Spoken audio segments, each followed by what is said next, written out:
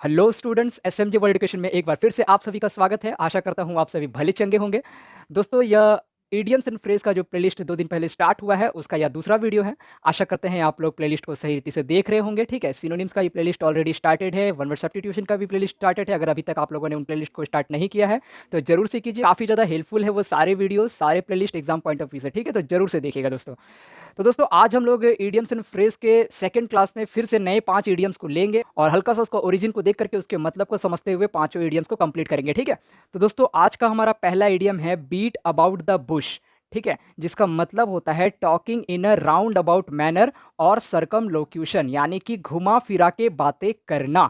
ठीक है, ये जो ईडियम है दोस्तों, ये शिकार से रिलेटेड है। ठीक है, मिडिवल टाइम्स में क्या होता था कि जो शिकारी लोग होते थे वो लोग अपने साथ बीटर्स को रखते थे। ठीक है, बीटर्स यानी कि जो ज़मीन में लाठी डंडों से पीटते थे। ठीक है, तो बीटर्स को वो लोग हायर करके रखते थे और वो लोग क्या करते थे, झाड़ियों के पास जा करके झाड़ियों में क्या करते थे, बीट करते थे। ठीक है, ताकि उसके अंदर जितना भी बर्ड्स था, जो चिड़िया होता था, पक्षी होता था, वो लोग उड़ने लगता था। ठीक है, और उस तरीके से उनको पकड़ लिया जाता था और अपने गेम्स में वो लोग उनका इस्तेमाल करते थे। ठीक है, तो होता ये है कि वो जो बीटर्स होते हैं, कई बार जब झाड़ियों में वो लोग बीट करते हैं ना, तो कई बार या तो उनके अंदर मधुमक्खियाँ छिपी होती है या फिर कोई जंगली जानवर होता है जो सो रहा होता है। ठीक है, और बीट करने के बाद क्या होता है, सडनली वो लोग भड़क करके अग्रेसिव होकर के जो बीटर्स होते हैं उन लोगों के ऊपर हमला कर देता है। ठीक है, तो उस डेंजर से बचने के लिए क्या करते हैं, जो झाड़ी वाला इलाका होता है उस पर डायरेक्ट हीट नहीं करके बीटर्स आसपास ही हीट करते हैं। ठीक है, ना कि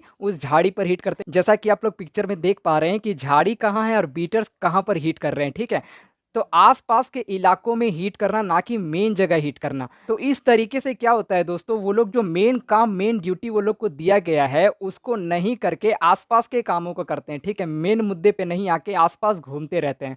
तो वहीं से वो इडियम निकल करके आया, beat about the bush. Bush यानी कि झाड़ी, झाड़ी के आसपास बीट करना। ठीक है, अबाउट का जगह में अराउंड भी कई जगह दिया रहता है, बीट अराउंड द बुश यानी कि झाड़ी के चारों ओर बीट करना। ठीक है, इसका मतलब होता है talking in round about manner, यानी कि घुमा फिरा के बातें करना, मुद्दे पे नहीं आना, जो मेन काम है उसको नहीं करना, आसपास घूमते रहना, सरकम लोक्यूशन होना। ठीक है, सरकम लोकेशन का ही वही मतलब होता है। तो जब भी दोस्तों कोई भी व्यक्ति किसी भी टॉपिक को डायरेक्टली नहीं बोलता और घुमा फिरा के बातें करता है तो इस ईडियम का हम लोग इस्तेमाल करते हैं, that he is beating about the Bush and not speaking directly about the issue, कि वो इशू के बारे में डायरेक्टली नहीं बोल रहा है, बस he is avoiding the main topic को वो किसी तरह से अवॉइड कर रहा है। ठीक है, उसके आसपास की बातें कर रहा है।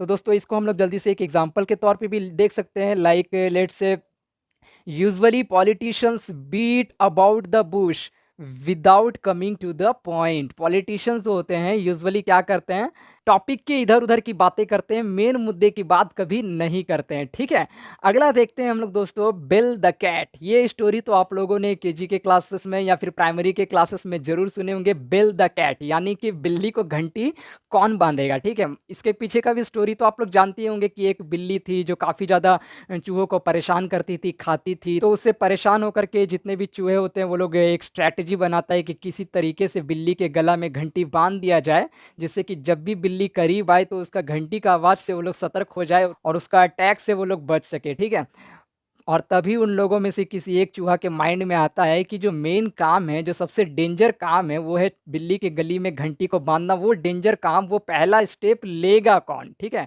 तो वहीं से दोस्तों यह ईडियम बाहर निकल के आता है, बिल द कैट, यानी कि टेकिंग द फर्स्ट या main step of a shared enterprise eight personal risk, यानी कि किसी भी ऐसे डेंजर का जो कि सबके ऊपर या फिर कईयों के ऊपर बना हुआ है, उसको सॉल्व करने के लिए उसका पहला स्टेप या मेन स्टेप, जो सबसे डेंजर स्टेप है, उसको किसी एक व्यक्ति के द्वारा अपने पर्सनल रिस्क पर लेना।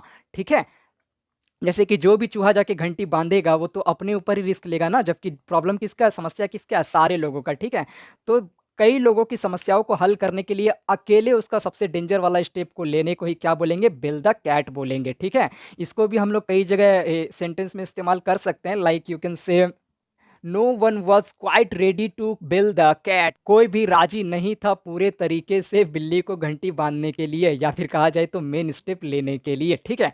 और आप लोग ये भी कह सकते हैं a man is a hero if he can bell the cat, यानी कि कोई व्यक्ति यदि किसी भी शेयर्ड डेंजर को सॉल्व करने के लिए उसका मेन स्टेप अकेले ले लेता है तो उसको लोग हीरो बना देते हैं, ठीक है। अगला है दोस्तों between the devil and the deep सी, यानी कि बिटवीन टू डिफिकल्ट और अनडिजायरेबल सिचुएशन, ऐसा सिचुएशन जिसको हम लोग कभी डिजायर नहीं करते, नहीं चाहते हैं, या फिर डिफिकल्ट सिचुएशन, उन दो डिफिकल्ट सिचुएशन के बीच में होना, ठीक है। लाइक आगे खाई पीछे कुआं, ठीक है, आगे जाओ तो भी प्रॉब्लम, पीछे जाओ तो भी प्रॉब्लम, ऐसा किसी परिस्थिति के बीच में होना, उसको क्या बोलते हैं, between the devil and the deep सी, ठीक है। एक्चुअली क्या होता है दोस्तों, ग्रीक मिथोलॉजी के अकॉर्डिंग ऑडिशियस नाम का एक व्यक्ति होता है जो जहाज से एक बार किसी यात्रा में कहीं जा रहा होता है, ठीक है। तो यात्रा के दौरान ही क्या होता है दोस्तों कि वो एक विकट परिस्थिति में फंस जाता है, ठीक है। एक तरफ तो उसका एक वर्लपुल बन जाता है, एक वर्लपुल होता है, वर्लपुल यानी कि आप लोग पानी में इस तरीके का चक्र देखे होंगे जहाँ जहाज वगैरह डूब जाता है, ठीक है। एक वर्लपुल बन जाता है जिसको हिंदी में हम लोग भंवर भी कहते हैं। एक तरफ तो वो वर्लपुल आ जाता है और दूसरे तरफ दोस्तों एक डेविल आ जाता है, ठीक है, 6 मुंह वाला डेविल आ जाता है। वहाँ पिक्चर में मैंने एक ही मुंह दिखाया है, 6 मुंह वाला डेविल आ जाता है। इस वर्लपुल को वहाँ पर नाम दिया गया है दोस्तों कैरिब्डिस। क्या नाम दिया गया है, कैरिब्डिस। और इस डेविल को नाम दिया गया है सिल्ला, ठीक है। तो वो इस वर्लपुल और इस डेविल के बीच में, यानी कि डीप सी और डेविल के बीच में फंस जाता है, ठीक है।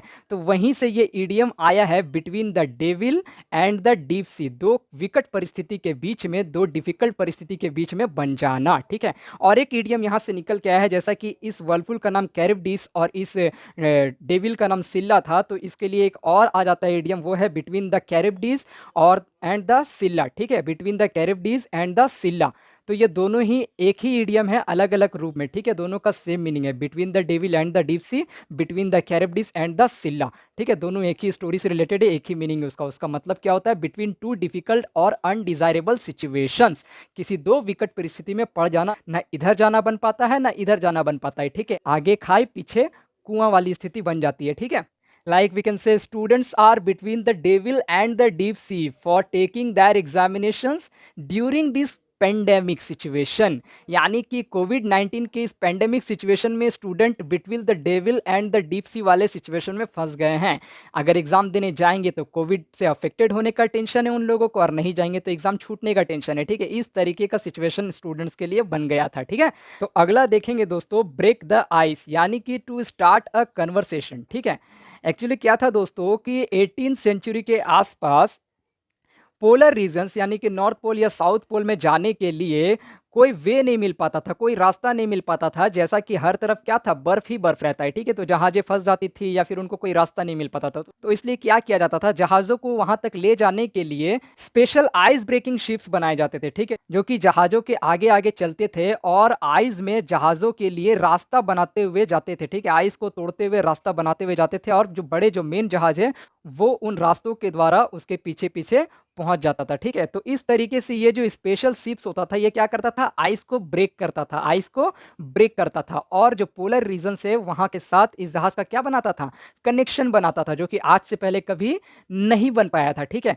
तो आइस को ब्रेक करता था, ये आइस को ब्रेक करना यानी कि क्या करना, एक रास्ता बनाना, कनेक्शन बनाना, ठीक है। तो वहीं से ये निकला ब्रेक द आइस, यानी कि टू स्टार्ट अ कन्वर्सेशन, यानी कि समझ लीजिए कहीं पर दो लोग या दो से अधिक लोग या सारे लोग शांत हैं, कोई कनेक्शन नहीं बन पा रहा है, तो उस जगह कुछ ऐसा करना जिससे कि कन्वर्सेशन स्टार्ट हो, ठीक है, जिससे कि उन लोगों के बीच में कनेक्शन का स्टार्टिंग हो, ठीक है। तो ब्रेक द आइस यानी कि कन्वर्सेशन को स्टार्ट करना, कनेक्शन को बनाना, ठीक है, यहीं से वो इडियम निकल करके आया, ठीक है।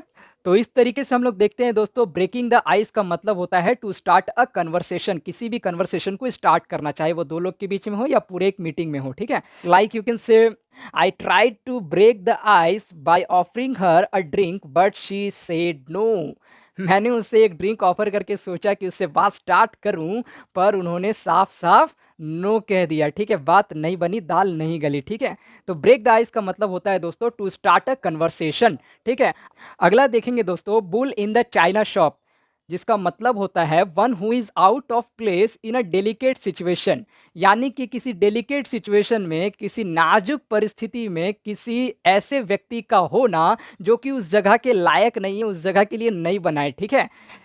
जैसे हम लोग हिंदी में पढ़ते हैं ना, गुड़ गोबर कर देना, वैसे ही आप लोग यहाँ पर इस इडियम को देख सकते हैं, bull in the China shop. जैसा कि आप लोग पिक्चर में देख रहे हैं, चाइना शॉप। चाइना शॉप क्या होता है? वहाँ चाइनीज पॉट्स होता है ना। चाइनीज पॉट कितना नाजुक होता है, मतलब एक गिर जाए तो तुरंत टूट जाएगा, ठीक है? तो उस तरह के नाजुक परिस्थिति में, डेलिकेट सिचुएशन में एक बुल का होना कितना ही अनफॉर्चुनेट सिचुएशन हो सकता है ना, कितना ज़्यादा तबाही आ सकता है उस जगह। तो ऐसे ही गुड़ गोबर करने वाले व्यक्ति के लिए इस इडियम का इस्तेमाल किया जाता है। लाइक आप लोग समझिए कि आपके घर में आपकी बहन, आप उसकी छोटी बहन को मेहंदी लगा रही है, ठीक है? जो कि एक बहुत ही ज़्यादा डेलिकेट सिचुएशन है, बहुत ज़्यादा बारीकी चाहिए होता है हाथ में, ठीक है? और आपका बड़ा भाई आकर के क्या करता है, उसके हाथ से वो पेस्ट को ले करके खुद ही उस काम में लग जाता है जिसके लिए वो नहीं बना है, ठीक है? और जैसे ही वो हाथ में लेता है, उससे बैलेंस नहीं बन पाता है, उससे चीज़ें नहीं संभलती है और वो सारे मेहनत पे पानी फेर देता है, गुड़ गोबर कर देता है, ठीक है? तो ऐसी ही सिचुएशन के लिए bull in the China shop idiom का इस्तेमाल किया जाता है दोस्तों। अगर सेंटेंस के रूप में इसे देखना चाहे तो हम लोग कह सकते हैं, he is just like a bull in a china shop when it comes to deal with his wife's feeling and emotions.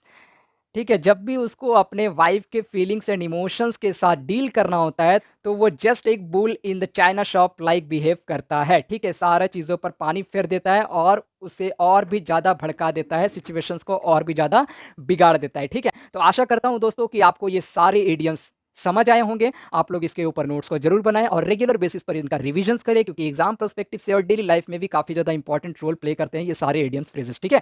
तो दोस्तों, अगर अभी तक आप लोगों ने चैनल को सब्सक्राइब नहीं किया है तो जरूर से सब्सक्राइब कीजिए, और अगर वीडियो पसंद आया, हेल्पफुल लगा, तो जरूर से वीडियो को लाइक कीजिए और कमेंट में इसका फीडबैक जरूर दे, ताकि किसी भी तरीके का करेक्शन और इंप्रूवमेंट का रिक्वायरमेंट है तो मैं उसे समझ सकूं, ठीक है? तो मिलते हैं दोस्तों अगले क्लास में, तब तक के लिए पढ़ते रहिए, सीखते रहिए, बढ़ते रहिए। God bless you all.